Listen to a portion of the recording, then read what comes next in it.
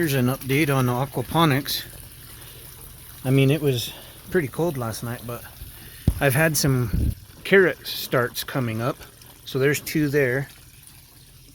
I can see 2 here. And I see 2 more over here. And I accidentally pulled one up, so I think that's a pretty good start. Duckweed seems to be doing fine, and I moved all of the hybrid willows and poplars out here. I left the poplars, they've got little rubber bands around the bottom, so I know for sure. They're kind of easy to tell, but I just don't want to lose one in the mix. So there's almost 100 hybrid willows and poplars right there. I've had these in here for quite some time, and finally I think these are all carrots. So there's a carrot coming up, and there's one over here, and it's gonna warm up a little bit. Oh, there's one coming through. I think there's 1 radish over here so far. Nothing came up in this one yet, but something came up just outside of the container.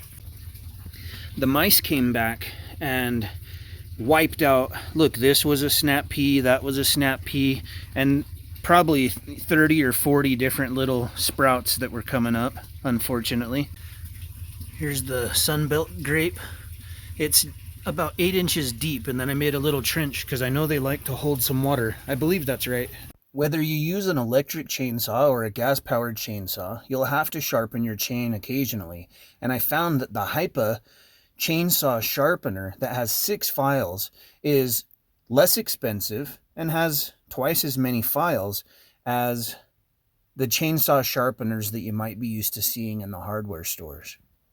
I can't tell you how hard I am on my chainsaw chains, and this kit has really helped keep my chainsaw chains sharp anytime that I need them. Keeping your chainsaw chain sharp is extremely important for the life of your chain and saw. Our new Hipa chain sharpening kit makes it easy. Our kit comes with 6 file sizes and all the tools you need in a convenient, easy to carry pack. It is everything you need to keep your chain sharp, whether you're in the backyard or deep in the woods.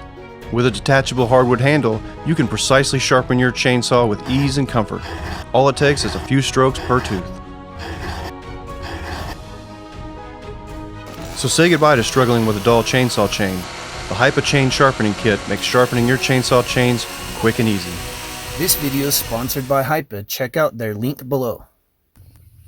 I kept having problems with that charge controller. So I just went ahead and wired the solar panels directly into the batteries. So the solar panels go directly to the first battery, which has a BMS in it. So technically it knows how to regulate the electricity, and then everything else is bridged together, and the inverter is wired to the batteries as well, and the fan and the aquaponics system have been working better now. A lot of people have voiced a concern from the beginning that, well, you can't put the beehive in the greenhouse, and the main problem is that you put a beehive in a greenhouse and it's completely sealed off. Well, that could be a problem because they might want to fly out further like they normally do. So there's an entrance on the outside of the greenhouse, and it's real simple for them. It's pretty straightforward. They can see when they go down there's 2 in and out entrances, and I think that they'll be able to come in here, and they could sit here and get pollen off all these native little flowers, and a ton more stuff will come up in here. And I think they're smart enough that they'll come in, they'll do what they want to, and if they're like, you know what, it's not hard to find the beehive, you know what I mean? They don't need to sit there and try to fly through the roof for hours on end. They could maybe say, hey, I'm not getting anywhere, and go back and go out the front and explore. If for some reason I'm wrong and that's not the case, I'll just plug the hole on this side and they can go out, and the beehive will still be in here protected from the wind and the sun and the heat and the cold and the elements. So I think the location is ideal, and I plan to put one more on the other side of the door here, and probably on both sides over here as well. And In fact, I've been thinking, I just got plastic to wrap the whole geothermal again, and I was looking and I thought, man, I've got a pretty good wood frame here. If I just threw either 2x4x8s or 10s down the side every 3 feet or so, I think it's 36 inches, I could put those corrugated plastic panels all the way across, probably at least the first half, maybe the first 3/4, and then maybe do steel panels on the back, and probably even close off the back end there so it's all shady back there. But I mean, sun hit, you can see sun goes all the way in, and so I can close off the back to provide some shade for the aquaponics system and whatnot. Eggs have been piling up. I better make a big old omelet. And I've got all these seeds to work with. I've just been waiting for that cold front to come through. I've got so much to do.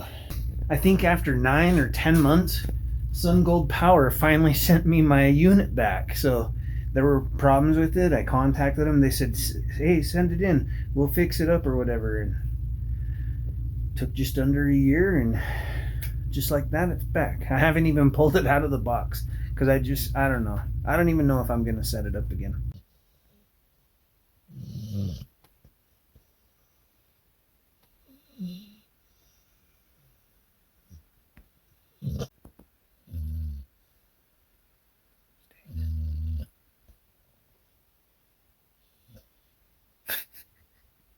You driving, bud? Where you going?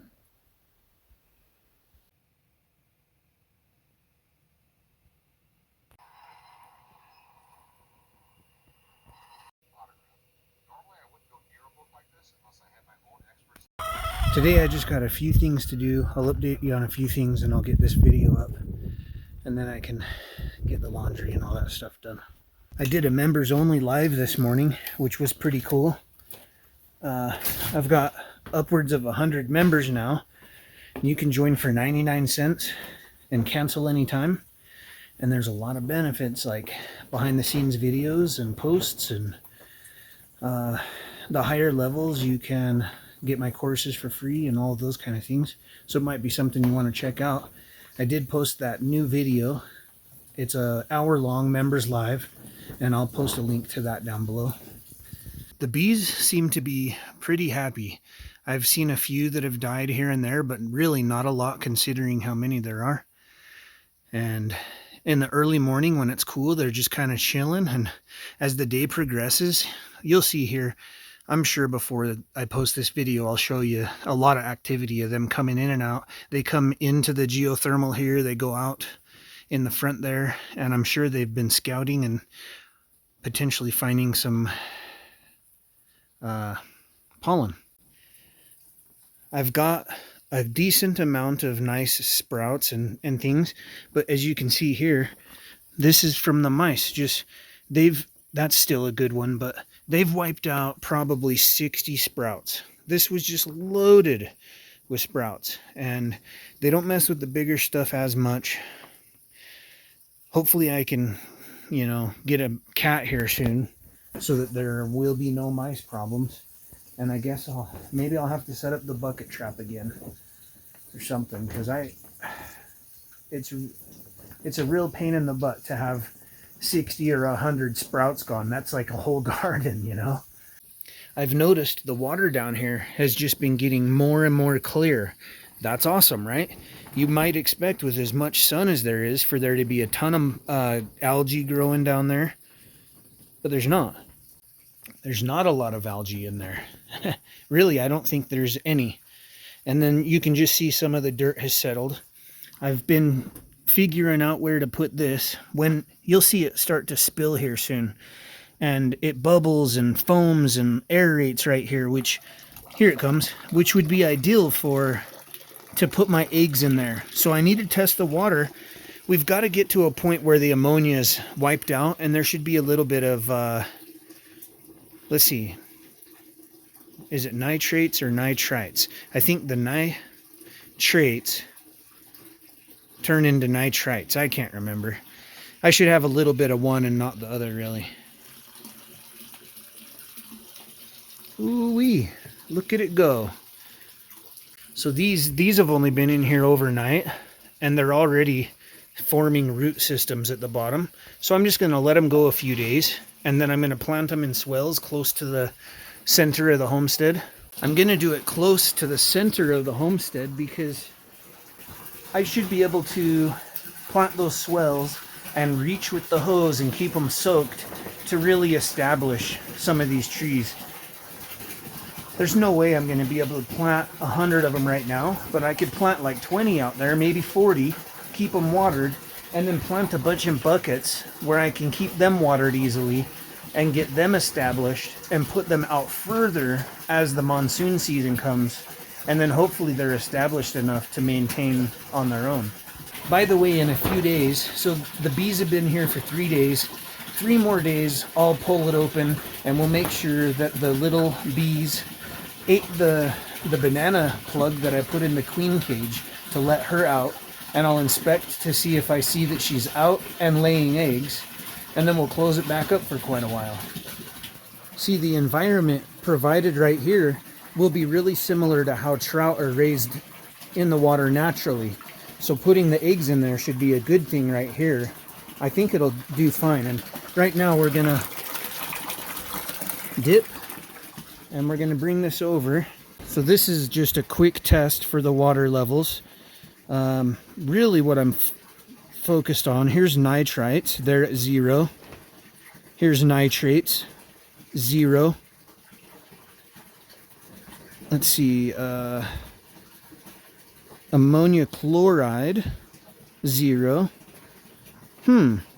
So that makes me curious. I'm not sure if that's the same as ammonia. I'm going to do an ammonia test now and see if that's at 0. I don't think it really is. So I put 8 drops of this solution and this one into this, shook it for a few seconds, and we're going to wait for 5 minutes and see what color it comes. You see, if it's yellow, it's 0 parts per million, and if it's dark green, it's 8 parts per million. So after 5 minutes, I can see that this is closest to 2 parts per million.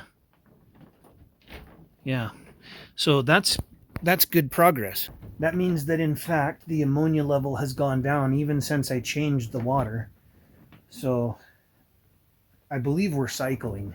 And once it gets to the point where there's 0 ammonia for like 4 straight days, then I can go ahead and order some eggs to throw in here to start our trout. You might not know this about me, but I'm really frugal. And this tubing that runs from the air pump, this is just irrigation tubing. And I just had these on here to test the system to make sure I had enough energy. But I'm going to remove these today, and I ordered a bunch of bubblers, so I'll get way more oxygen in the water.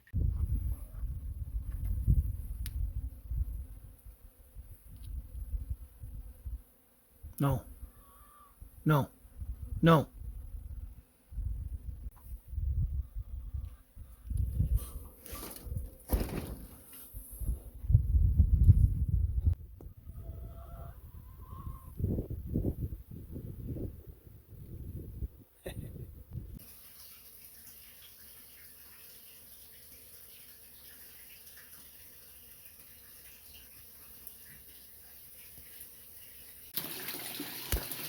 I planted mint right there, there. There's one over in the corner here. I figure that way I can propagate them as I feel like it. We've got a sunbelt grape over here that'll grow around the greenhouse. There's a blueberry, and then another blueberry down here. Oh my God, they're swarming. Swarming bees. They're friendly. I think if you don't smack them, they probably will never bother anyone. Look at them coming in that side, and then most of them are in and out the front side to go outside. Look at this. See, that one's cleaning itself off. I think it probably delivered some pollen and it's taken off here. Isn't that cool?